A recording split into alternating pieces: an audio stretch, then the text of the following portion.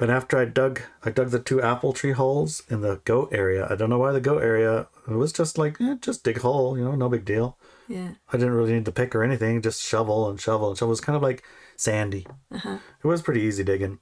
And then the other 2 elm trees, they're going to go in different spots. And I went to go dig those holes, and I got about an inch down. And that was it. And that was all it would go. And then I was hitting with a pick, and then I get a little, like, it was the weirdest ground because you pick at it, and it makes a pile of rubble. And you take the rubble out, and you only went down a millimeter. It like grows when you hit it. Yeah. And you hit it as hard as you can, and it's like, tiny bit goes in, Yeah. So I said, we'll dig those ones tomorrow, honey.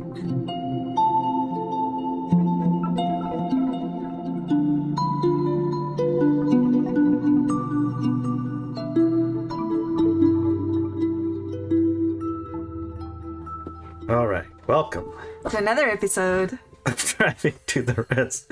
Now she's gonna bark out the other window. Babies! With Peavy. Come on, babies! Yes. Larry. And Inelia. Yay! What a good girl. This is, of course, our first half. The first half of a 2-part show. Yes. And in this first part, we will be referring to I guess it's a newsletter, a published little article that you make and put onto Substack. Yes. BB, really? BB. Come here. She just scored that a window. I closed the front door because she was barking a lot. There's something out there. That's bothering her. Well, so she's making it well known. Alrighty, hold on here a second. Okay. So go to driveintheres.com. You can find the links to the article. And to the second part. We're going to great depth. On the second part, talk about things we wouldn't talk about in public. Yeah, with a panel of experts. Yes. All right, so let's begin. All right, let's do it. That would be you. Me? Yeah, you have to read some of this article. Get us started. Let's get this show started. Get this on the road. All right. You might notice a different background if you're watching the video. In the background, you will see something different than what is usual. And there's no roosters. So this article and this podcast is called There and Back Again, we hope. Yeah, we haven't done the back again. We haven't done the back again yet. As you can see behind us, it's very different. I'm writing this article and podcasting about it from our RV, which is parked in a 49-acre parcel of the land in Colorado. Yes. A parcel of land in Colorado. Colorado. We've driven through Colorado before. We didn't drive through Colorado, no. We drove through Utah before, but not to the Colorado part. Are you sure? Yeah, because we went from Utah to Las Vegas to pick up PB. Ah, okay. So I've never been to Colorado before. Nope. It feels like I have, but... Maybe in a ship or some sort. Not saying UFO. I'm not saying it's UFO, but it's... But it was aliens. It's my shirt. Yes. Anyway, how on earth did we get here? I asked myself. And the answer is that we were offered an adventure we could not refuse. Right. Oh my gosh. You may remember that we are presently digging a well for the Shaman Shack. You may also be aware that the $20,000 budget we had for it was not enough to get us deep, as it turned out we need to get to water. Yeah, it was deep enough. It was enough money to get us to where we thought there was water. But it wasn't. Not the water we wanted. Since the drill rig was in place, we asked the well driller to continue another 20,000. Yeah, it's kind of funny because it's like, how many more feet? We don't know. Go $20,000. How much does that get us? I know. And now we're $45,000 down and no sign of water.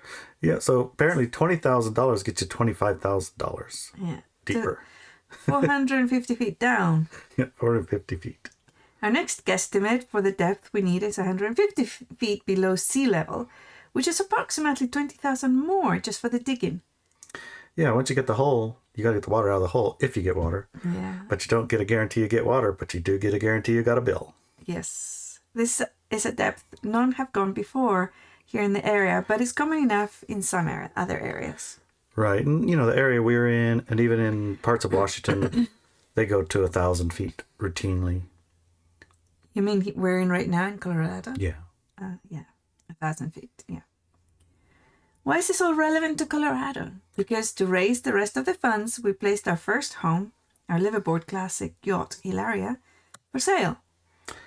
Yeah, that got a lot of views too. Like 3,000, 4,000 people looked at it, clicked through it. And so many people like asking me questions about it. It was like, at the same time I was selling my fishing boat and crab davit thing and winches and all kinds of different things, trying to raise money to pay for our wealth stuff because there's a pretty big imbalance between how much money we raise and how much money we owe, and when you owe you gotta go. Yes. So anyway, the area got all the interest, Mm-hmm. Like I'm talking like the boat got maybe 300, 400 people looked at it in a month, and the area had 10 times, 20 times that, like 4,000, 5,000. Yeah. Yeah. I think we missed a bit. We raised 10K in donations from you. Thanks. Thank you. But that still leaves Larry and me 35K short, plus an estimate of another 20K. So to continue digging the well. That's a total of about 65K for the well. We raised some of that with an event, but we're still short to finish the drilling. So if you feel inspired to participate in the well project, there's going to be a link on the information for this article and podcast, and you're very welcome to send us some donations towards it. And when you go look, you'll see this is a community well project. It's not like, can you dig a well for me, please? Although that's fine. I don't mind if you help me dig a well. Exactly. With all the work that we do, we accept help and support. Indeed. That's great. Yes. Anyways, that's actually might be what's going on with the blockage of the well. The blockage of the water? Yeah. Oh, it's not just for me, it's for the community. It's fine if it's just for you, honey. Well, I amended it, didn't I? Yes, because I'm not the only one with blocks around. Yeah. Well, what the heck would I give you money to dig your own well for? Help me dig my well. Yeah, we can. Yeah, we would. Yeah, we would. All right. Moving on. The whole reason we were selling the boat was to raise money to finish this well project to get the water. Yes, indeed. A man from Colorado offered us his land and a partly built earthship for the Inelia. Earthship. Yeah. Partly built. Yeah, which isn't $50,000 to pay a well driller, but it is pretty dang interesting adventure. Yeah. Larry thought it was the best idea ever. He's the jump first, ask questions later kind of guy. Yeah, let's get it, honey. And we'll see what it's like when we get there. Yeah. At first I thought it was a crazy idea, but the more I looked at it, the more resonant it became. It's not something I can properly explain, but it has to do with guidance, intuition, and a love story. Maybe more about that in the second hour. Maybe we haven't got permission yet. We haven't talked about that yet. But if we get permission, you get to hear the love story in the second hour. Regardless, we took the deal, and a few weeks later we found ourselves traveling to Colorado to meet the land. Yeah, and it's interestingly the right time of year to come visit it. It's not hot, it's not cold. It's not too hot, moderate. It's not too cold. It's not too dry, it's not too wet. It's not too windy. It's not too a lot of things, because it can be an extreme environment here. It is an extreme environment here. It is an extreme environment. By the proof of the half-built earthship is half collapsed already because of the extreme environment. So anyways, the trip is about 20 hours driving non-stop, but of course we also need to sleep, rest, eat, and take our dogs for a walk. And deal with the minor distractions that I tend to find on the way. What do you call distractions? Oh, look at this pretty thing. We should stop here and look at that. Yeah. Yeah. Why wouldn't you, right? Because you're trying to get somewhere. Oh, okay. Yes, we brought Chinook, who you met in another episode, and Tiny, our Anatolian shepherd, to keep him company and teach him some road manners. Yeah, which was part of the reason we took the trailer instead of the camper. Usually we travel in the camper. Mm-hmm. But it's a bit tight. Plus, if you bring a puppy and a Anatolian, and it's not going to fit in there. No. You're going to sneeze a thon. Yeah. And They have to be inside the truck. They got to be inside the truck when we're driving. Just too tight. So we got trailer, gives us room to stretch out. And the whole back of the truck has a dog palace in it. Mm-hmm. And the dogs get to observe the scenery and sniff the air and, be dogs. Yeah. Their room is a mess and nobody cares. And they're outdoor dogs anyway. They're not indoor dogs.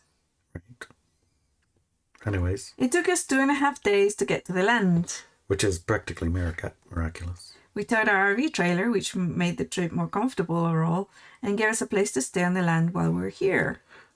Although I do have one lesson learned from trailer and parking and sleeping. In our camper, we pass by this one area all the time when we're driving south. And I'm always tempted to stop. Oh, yes. Because, I mean, it looks like, just pull over. It's like a really big pullover. Quite a ways away from the road, a lot of them. Yeah, we're talking about 101, right? Yeah, it's on 101, but it's kind of an area of the 101 on the Hood Canal where it doesn't seem super busy. And it's It doesn't really seem pretty. busy, no. So one night on our trip, this first night, we happened to leave the Shamachak at like 6, which is a funny time to start your cross-country trip, right? 6 p.m. And we thought, well, if we don't get going, tomorrow morning is another thing, it's another day, so let's just go. And when we get tired, we'll stop and sleep. And usually we get to somewhere around... usually we tend to leave somewhere around 5 or 6 anyway, so we're used to... We've left before. We started that time, and then we started moving up, and then we actually left once at around 12.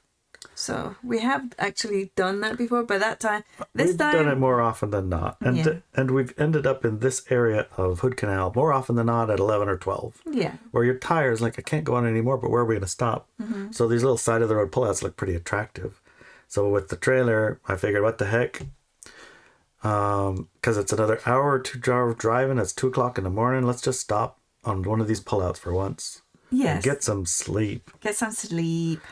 Yeah, well, no, don't do it. Just don't do it.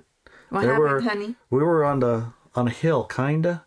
It's like at the top of a hill, and then where it's flattening off. And when we pulled off to the side, it was pitch black, even though there was a light across the road. Yes. And you really didn't know what was around you, but there was like people trash. Looked like there's a lot of trash. And it just wasn't pleasant, right? No. At all. It was like, oh well, and we had to walk the dogs.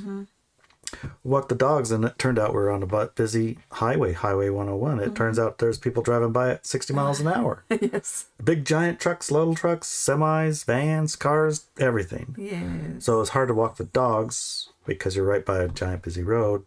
But, we managed. And then we got in our trailer and locked all the doors and Phoebe laid down in bed. And what happened?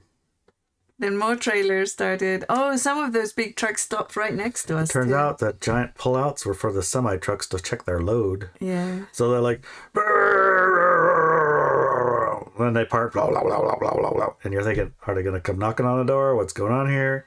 And then they, 5 minutes later, they put it in first gear, out of there. And you don't get no sleep. Yeah. All night, every 2 hours, I was like, I guess it's just time to go. 2:00. No, I can't do it at 2. 4:00. No, I can't do it at 4. 6:00. All right, let's just get up at 6:00. Yeah. First night was the worst night. Yes. Then we went to a river. We did. You found us a beautiful river and a quiet place, and we slept like champions. Yeah, that was a really pretty place. It was a campground, actually. Yep. And the third night, I don't remember. Oh, we went to a Love's truck stop, which turned out to have an RV place. That we could back up and get water. It was another night that we got bullied around by water. Remember? Oh yeah, because the button for the water was left on the pump. Button for the pump was left on. I did it. And the faucet handle got bumped by something when we were driving. Yeah. It turned itself on and drained the whole tank. All the tank, all our water was gone. And I remember thinking, I'm feeling good because we have water, we were having tank full. Good tank full of water. From the last RV piece. And I knew we were driving to desert-like conditions, and my body is very water-based, not so much desert-based, Like when I go to the desert, I usually have a humidifier, a whole bunch of oils and lotions for my hands and my skin, my head and everywhere, And the humidifier to put water back in the air. Into the bedroom especially. Right now our lips are a bit chapped and we're a bit dry. Yeah, so for me, having a tank full of water was essential because we were told the land has no water, no electricity, no nothing. So that was important to me. And then all the water's gone. And where we were going to stop, we were thinking we were going to drive all the way to the land that night, but we're not No going to come all the way here with no water. Exactly. So we stopped. So we were like going to stop. We couldn't stop. Everywhere we checked and stopped, they said, nope, you can't have no water. Yeah. So we kind of got bullied to go to Love's, which turned out to be fine. Yeah, it's fine. But the water pushed us there, and that woke us up in the morning with a 2-hour drive, and it was nice. Yeah. I really it's a enjoyed good job that that actually, we got here in time. It was You had better a that we feeling- got here. You had a feeling not to get here middle of the night. Yeah, and there's a reason for not Yes. have gotten here at the middle of the night, 1 or 2 or 3 o'clock in the morning. Oh my God, that would have been the worst. That would have been really bad, yeah. So, carry on with the story. Okay. After a long drive and about an hour before sunset, we found the gate locked. Fortunately, that must have been earlier. Oh, no, it was... No, we had a 2-hour drive, but it took us way more than 2 hours. Yes, it did. It took us a lot longer than 2 hours. I don't know why. I think because we woke up late, of course. Walked the dogs. Oh, yes. We had a meeting. I think we had a podcast or an after party or one of these things. So we actually And we didn't leave Love's until 1 o'clock. 1, yeah. That's and then we right. stopped somewhere and then, So we got here to the land at about 4 or 5. And sunset is Sunset's like 6 or 7. 5:36, yeah. I wanted to get here and set up in the daytime, Yeah. So when we got here, about an hour before sunset, we found the gate locked. Fortunately, the previous owner had given us a key. Unfortunately, yes. there were 2 locks. Oh no, it was the worst. The one lock, I unlocked one and I'm like, oh no, there's a giant lock on here, not this lock. Yes. Now what do we do? Apparently, there was a dispute with the person whose land we had to go through to get to the parcel. But it's kind of like, I don't know if we could really count that 10 feet through his land as his land, but I guess so. It's just the side of the road, right? Yeah. You drive the road, and then at the corner of the road, you go through the gate into the land. And it's like, that's 10 feet, man. Yeah. I don't know how that counts. For him, it counts. For him, it did, so. Yeah. So, he had a dispute about that corner. After texting back and forth and many no's, he came out to open the gate for us. Yeah, it was like almost an hour. It turned out, with the backstory, he had gotten some really bad news about a thing that he was working on in relation to the gate and access and people and things like that. And he got a big fat no about it or something like that. Anyway, he was quite upset about the whole thing. And so when he'd locked it, the last thing he wanted was somebody to ask him to open it. It was just like, you couldn't have asked him at a worse time. We figured he was someone who had strong boundaries and had had a tough time with the neighbors. And we were right. He's actually a super nice person, an excellent neighbor. He has been helping us since. In fact, we consider him a new friend. Yes. Hi, Jay. Hi, Jay. We entered the land. Yep. The place was, as we had been warned by the previous owner, a homeless encampment covered in garbage and scattered with destroyed small encampments with a partially built earthship castle on it. And I forgot to mention the bones. A few carcasses laying around. Yeah, a few bones, skeletons. Yes. Not human Burnt skeletons. structures, burnt partial structures. Yeah. Like, Garbage everywhere. Garbage it blows hard in the garbage. There's no garbage everywhere. collector. So yeah, it wasn't exactly its best face if you looked at it like this thing and this thing and this thing. The partly built earthship is shaped like a castle, and the walls are made of bagged soil from the land and partly covered in mud straw paste. The harsh wind and weather here, unfortunately, is destroying what's there. Yeah. I asked Larry what he thought of it all. And he said, do you want to read this bit, honey? I can't see it. Go ahead and read it. Okay. Yeah, it's the best. If you need something to do something, you're going to find it here, hunting ground. True. Because it's like, I needed a pick. I needed to dig something. And then, geez, I walked over, there's a pick stick. It's a pick standing right here in the middle of the nowhere. For no good reason, there's a pick. Yeah. And I grab it and it's like, okay, I got a pick. And like, now I need a shovel. Gosh, dang it. Middle of nowhere again. I walked over there. There's a hill. Half a hole hill and a hole. And a hill. I mean, it's in the middle of, I don't even know what you're digging there for. There's nothing to dig there. There's shale. But there's a shovel. So I picked the shovel up and brought it, and I needed the shovel. Now I got a shovel and a pick. Yes. It was hilarious. And then our generator, you know, I started our little generator, charge up our solar thing because it was raining a little bit. It's dark. And then it needed a little protection. It just so happens there's a fridge Laying down. pushed over. I can open the door, and it makes the perfect generator shed. Yes. It's amazing. Yes. We took the deal sight unseen, besides a quick Google Earth space photo, Yeah. and we were warned of what we might find. It was fair enough. The producer is an excellent guy and true to his word. Yep. He told us what was here, right? Yeah, He no didn't- surprises. he It's didn't actually mince better than words. It's better than I expected. Yes. Yeah, I agree. So, first order of business was to check out the view. Stunning, beyond description, amazing. Yeah, we included some pictures. You can sort of get an idea, a feel for The it. article, yeah. So, drivingtotheres.com. It's not. I don't know what you're expecting. It looks like, but it doesn't look like that. The next day, we walked to the four corners and marked them with crystals. This is a tradition I learned that allows a family or person to energetically delineate a property in order to give it energetic boundaries and also give it specific jobs. This turned out to be a full-day job with each border having a unique and singularly challenging aspect to it. Do you want to talk about the different corners here? The corners themselves were. Well, one border, the border, was being encroached by the neighbour's overflow of garbage.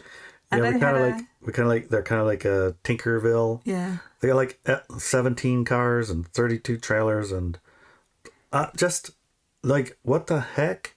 And it's slowly like past our borders a little bit. Yeah. So the what else? Oh, another had a 30 feet deep gulch. Yeah, it's like there's a river runs through it and it dug into the dirt and it made this deep gulch that you can't barely walk down and in. Yeah. And it doesn't look like much till you get there. Then you're Yes. like straight down. Straight down. And that's a long way down. Another 100+ feet mud adobe dune. You never even knew what Adobe dunes were. I never knew what was no. And another is a miniature mountain. Fun, tired, and extremely satisfied. That little mountain is our morning coffee spot now. Yes. We wake up in the morning here, as you can see behind us. It's kind of a little If you're on flat. the video, you can see the bits of the desert and it But looks you walk spider up going that little by. bit behind us and this way. You have a spider on your Oops. lip. That way. You have a spider on your hand. Where? It's a teensy little thing. These will be all right. Anyway. Right up there is the coffee spot. Up there. Okay. Yeah. It's a mountain. So, on the second day, we went to register the change of ownership for the property at the county clerk and bought 4 trees, which we picked up on day 3. Right, because when you go turn in your paperwork at the county, you also got to stop at the garden place. What's it called those? Nursery. A nursery, yeah. Nursery, which had the best restaurant attached to it. A nursery yeah. with a restaurant. It was a very fancy place. So, it wasn't exactly what I was looking for, but I got something that I'm really pleased with, kind of thing. It's a very beautiful event location, very nice restaurant The nursery, with yeah. good food. As an event You can tell the location. chef coming in and out, and he's really proud of his food. It was really fun. We bought our trees. We told her, yeah, we were looking to get some trees, and is anything going to grow where we are? Because there's no trees here. Just no problem. Everything here is this zone, and I know which ones to help you with. Yeah. So she went out and showed us this yellow apple, golden delicious. Said the apples grow really, really good here because of the Yes. temperature thing. And then she got us two kinds of apples, Yeah. and then some kind of elm tree, Yes. which gets really tall, helps wind break, and it like grows quickly. You know, so it's like when we get a few trees like that planted around, when the wind's blowing really hard, it's gonna like to slow it down, and maybe then the grass will start growing, and all those things. Anyway, it's a start to rehabilitate. I don't know about rehabilitate, but reform the land into one that's more supportive of Humans. what we want. Yeah. Because this is the remnants of a giant, like billion, jillion, quadrillion mountain blowing up to smithereens right behind us. It turned it flat. Yeah. See that black line right there? Right there. That is a plateau that used to be 5 times taller in a mountain. And it totally blew. No, yeah, so there's like Lava everywhere. Yeah, volcanic rocks everywhere. Pumice, all blubbly, Yeah. And dust. Right, so that's primary. The Adobe things are They're shale. shale. Yeah, that's from when the thing blew up. It had a lot of flow of stuff. The silt, super duper thick, and the silt turned into rock, and the rock's shale. Okay. And now the shale is being eroded by the rain and the wind and all that, and it turns into that clay mud stuff. Mm-hmm. And now it looks like land, like a moonscape. It does. Moon dune. Half of the land is moonscape. half of the land is on the moon. Yeah, totally. Yeah. Anyway. Anyways, what was funny was we bought our trees, and remember what they brought us? Snacks. Oh, they did when we were picking for the out. trees. And the chef came out with a new dish that he wanted the person, the manager, owner or manager, we don't know who it was, but he wanted for them to test it to see, is this good to put in the menu? I couldn't test it because walnuts. It had walnuts in it. I'm allergic to those, but also I was really full. So Larry tasted it and he loved it. It was a good butternut ravioli with the walnuts on top. And she was checking us out and said, "Oh, do you guys want to taste too?" I'm like, Sure. Of course. Got 2 plates of ravioli with our trees. Yes. Yeah, and grass. We got some bluegrass. Mm-hmm. Our new neighbour volunteered to keep the trees watered while we were away. We're overwhelmed with gratitude. Thank you, Jay. Yeah. For Larry and me, trees are a very important part of our lives, and planting trees is one of the first things we do in new land. It feels like the trees have already attracted good support and allies. There are 2 apple trees to represent sustenance, and 2 elm trees for presence, shade, and to help slowing down the wind. Yeah, and the apple trees actually are going to be growing in the goat shed. What used to be the goat shed. So it's already... It's like the first step of the transformation of the ground was already done. Yeah. Thank you, Zach. Yeah. It's very interesting. Yeah. And one thing of note, I know this is an interesting note for the guys that dig holes for trees or shrubs. Where the goats were, I dug the holes and it was easy, no problem. And our neighbor Jay came over to help me dig and plant the trees. Again, thank you, Jay.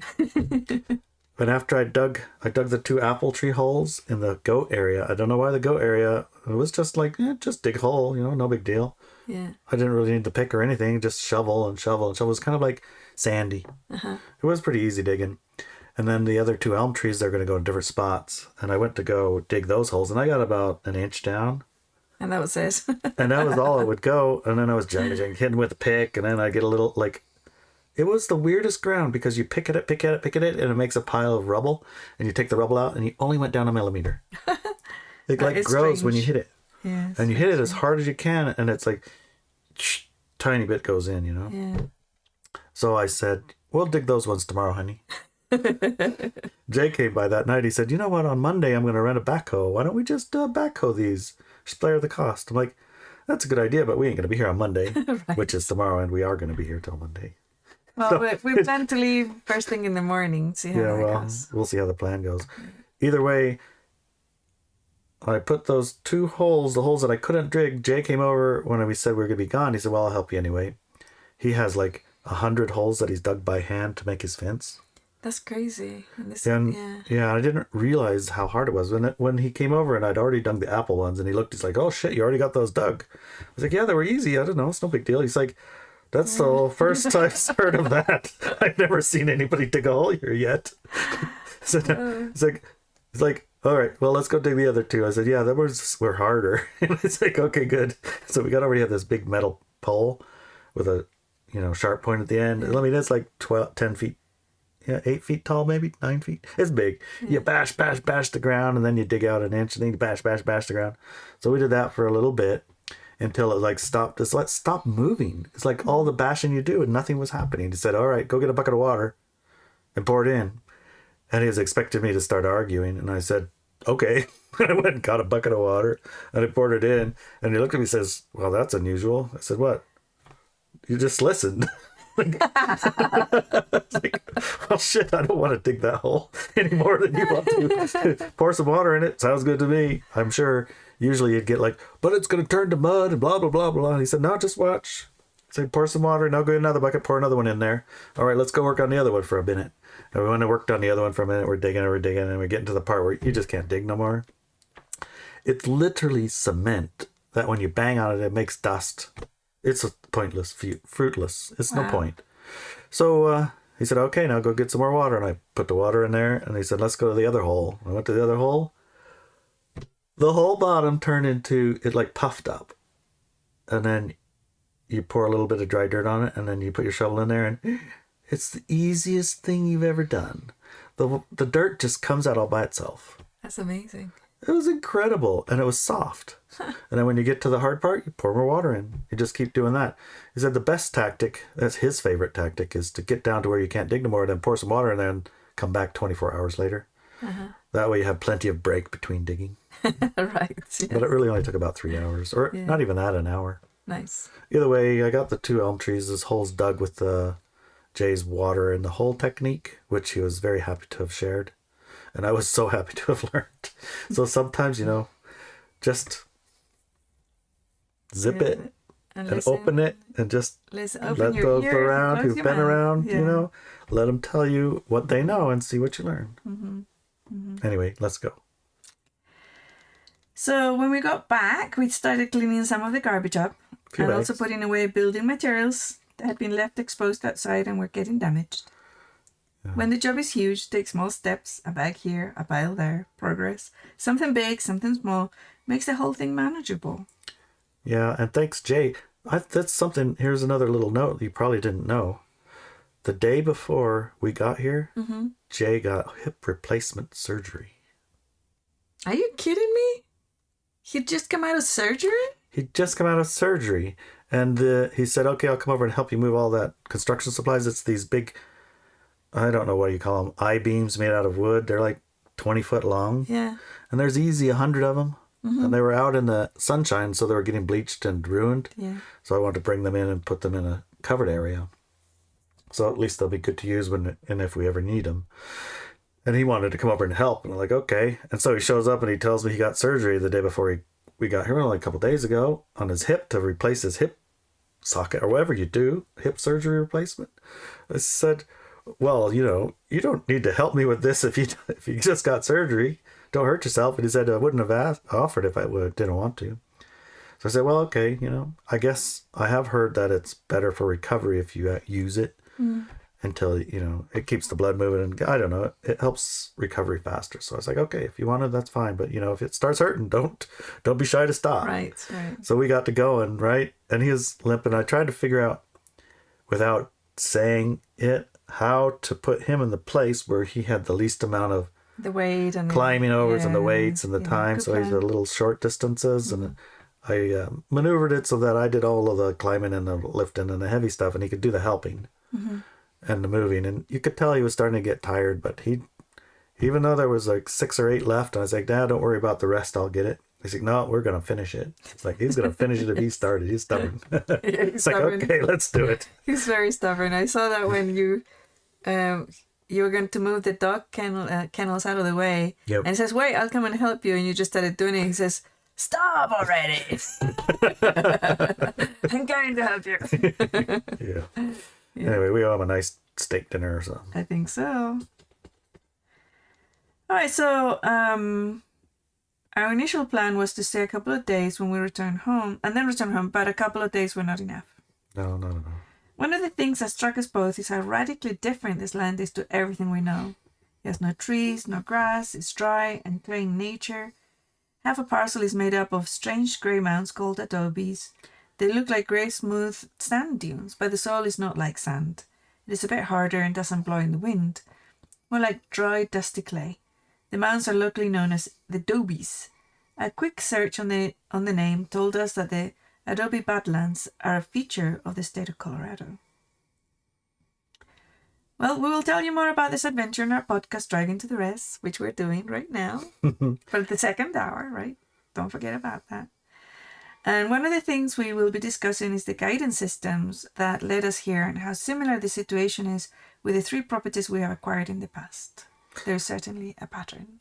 And we'll do that. There's a pattern to this. Like, should you yes? Should you no? How do you go about it? What is the process of finding and picking land? Sometimes the land finds you and sometimes you find the land. But even, I mean, it's not like they're into 100 opportunities. If I went on the internet and said, find me some land in Colorado, how many things you could come up? I know. If I had no inkling of Colorado, no, it wasn't even in my vocabulary as a place. You know, honey, what I was thinking about? We really need some land in Colorado. Never once, not right? Once, no.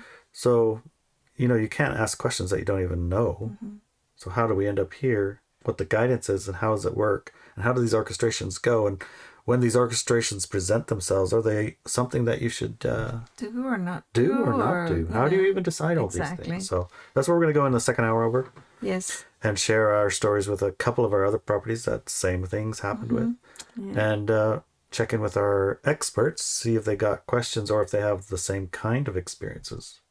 It'd be interesting to see. Yeah. I'll see you then. Yep. See you then. Yeah. My paternal grandmother came from land settling, ancient farming community people, owners, right? They owned land and then they would farm it, not literally themselves, but they would have people, right, to farm it for them. And when they would grab a plot of land, the first thing they would do was to plant an orchard. And I never knew why, but if you trace back the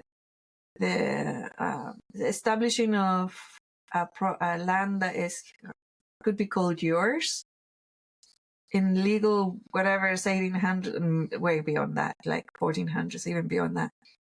If you have an orchard in the land, it's a habitated, so it's yours. And I think some of those laws are even today, they're part of the law now.